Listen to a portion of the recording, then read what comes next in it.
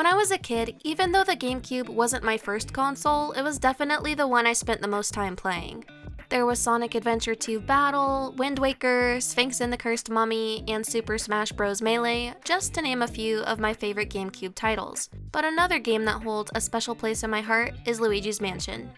I wasn't as big of a Mario fan back in the day as I was of Sonic or Pokemon, but dude, I love this game. It was so different compared to what I'd experienced before with, say, Mario 64, which to me is a good thing since I've always found that game super frustrating. Probably a skill issue, but still. I remember lazy summer days where I would go inside and cool off by playing Luigi's Mansion for a while, and I don't think there was a moment where I wasn't genuinely having fun. That still holds true today as I just replayed the game earlier this year, and after that refresher, I realized there's more I like about it than it just being fun. It's also really unique and charming, and while it might not be the first word that comes to everyone's mind when they think about Luigi's Mansion, the game for me is really cozy and it's chill, but without being boring. It's a perfect balance, and I just had to make a video on it. So today, I'll go over the development and the game itself, as well as give my thoughts and feelings on why I love this game so much. I'm curious, what's your favorite Mario game? As you may have guessed, my favorite is Luigi's Mansion.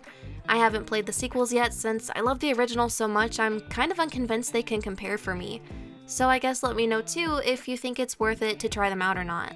Anyway, let's get into it.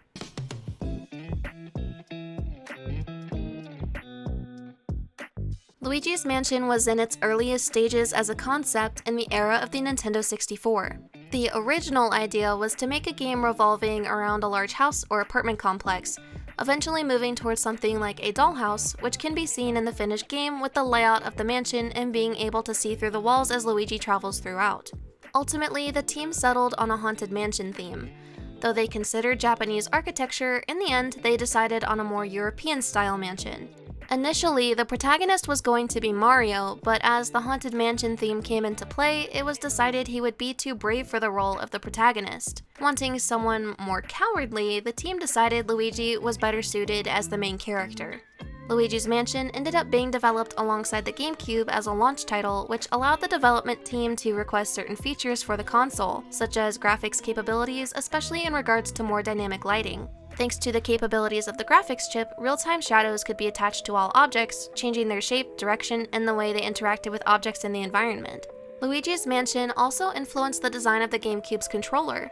From the start, the team knew they wanted to use two analog sticks, one for movement and one for the directional control of Luigi's flashlight and Poltergust 3000 vacuum. In order to make the controller's C-stick more comfortable, as it would need to be used for long periods of time, it was redesigned to be wider. Because the controls were more difficult to get the hang of, the goal was to make the difficulty level of Luigi's Mansion well balanced, also allowing the player to decide for themselves how much effort they wanted to put into completion. This resulted in a game that could be easily beaten in a few hours, but that had plenty to return to if the player wanted more challenge. The development schedule was described in an interview as tight, with arguments between the designers and programmers over if there would be enough time to implement certain features. In the end though, this didn't result in anything being scrapped. Actually, more features were added towards the end of development, like being able to turn off Luigi's flashlight or being able to call out for Mario.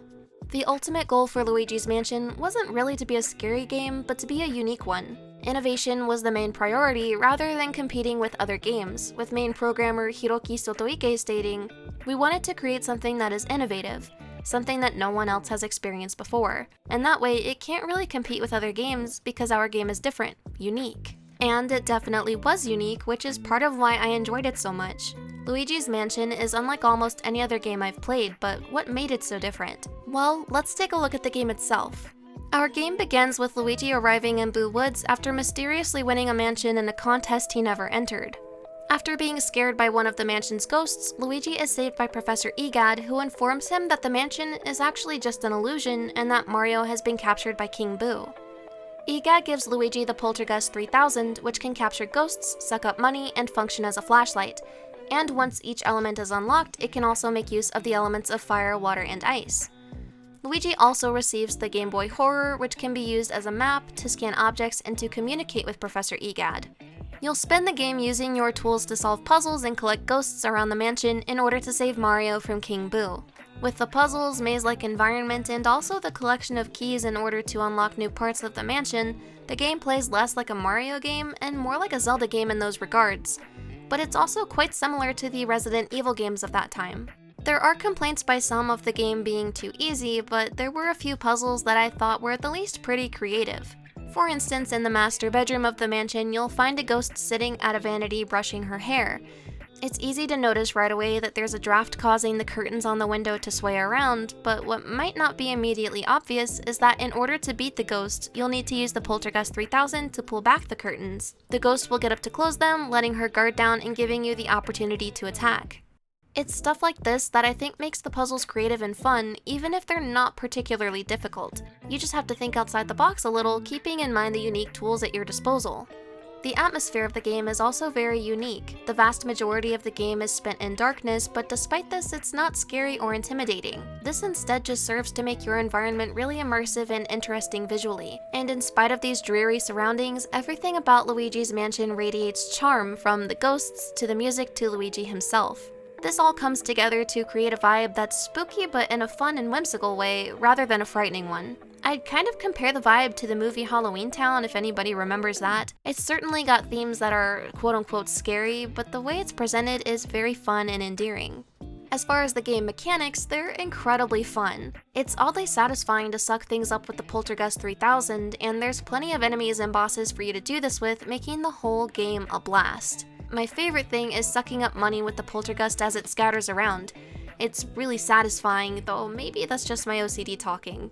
The Poltergust literally makes the game as far as the actual gameplay is concerned.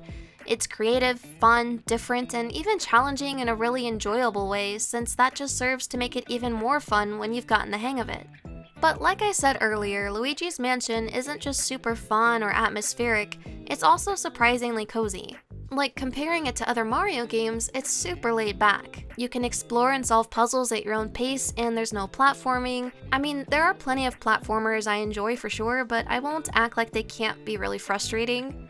I appreciate having a game where there's not a lot of pressure to get everything just right without it being boring, and you can just have fun and chill. I'm a Sonic fan, so there are definitely games that I love that are more exciting and action-packed, but I've increasingly found some of my most fond gaming experiences are with games that, while fun, are not fast-paced. Basically what I'm trying to say is, especially now as an adult when life is more stressful than ever, I think games that offer a relief of stress or a distraction from it rather than adding to it are incredibly valuable in their own right. I replayed Luigi's Mansion for the first time as an adult a few months back, and I can honestly say I appreciate the game even more for these reasons. It's a unique combination of pure fun and coziness that I've rarely found in other games, as they often feel mutually exclusive. A lot of cozy games can get pretty boring, and a lot of fun games are too chaotic to be cozy. In my opinion, Luigi's Mansion is the perfect balance. As a side note, I also really love getting to play as Luigi. I think Mario is great, but I've always had a big soft spot for the green guy. I think he's just really funny and adorable in a dorky and endearing way, and I'm really glad he gets to shine here. He's a total scaredy cat, trembling and cowering, but he gets to be a hero and save the day, which I think is really awesome.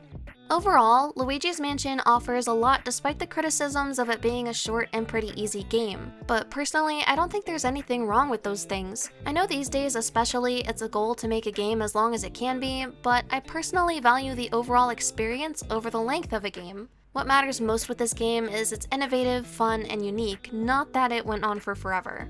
And like I talked about, sometimes it's nice to have an easy and relaxed time. Not every video game needs to make me want to bash my head into a wall.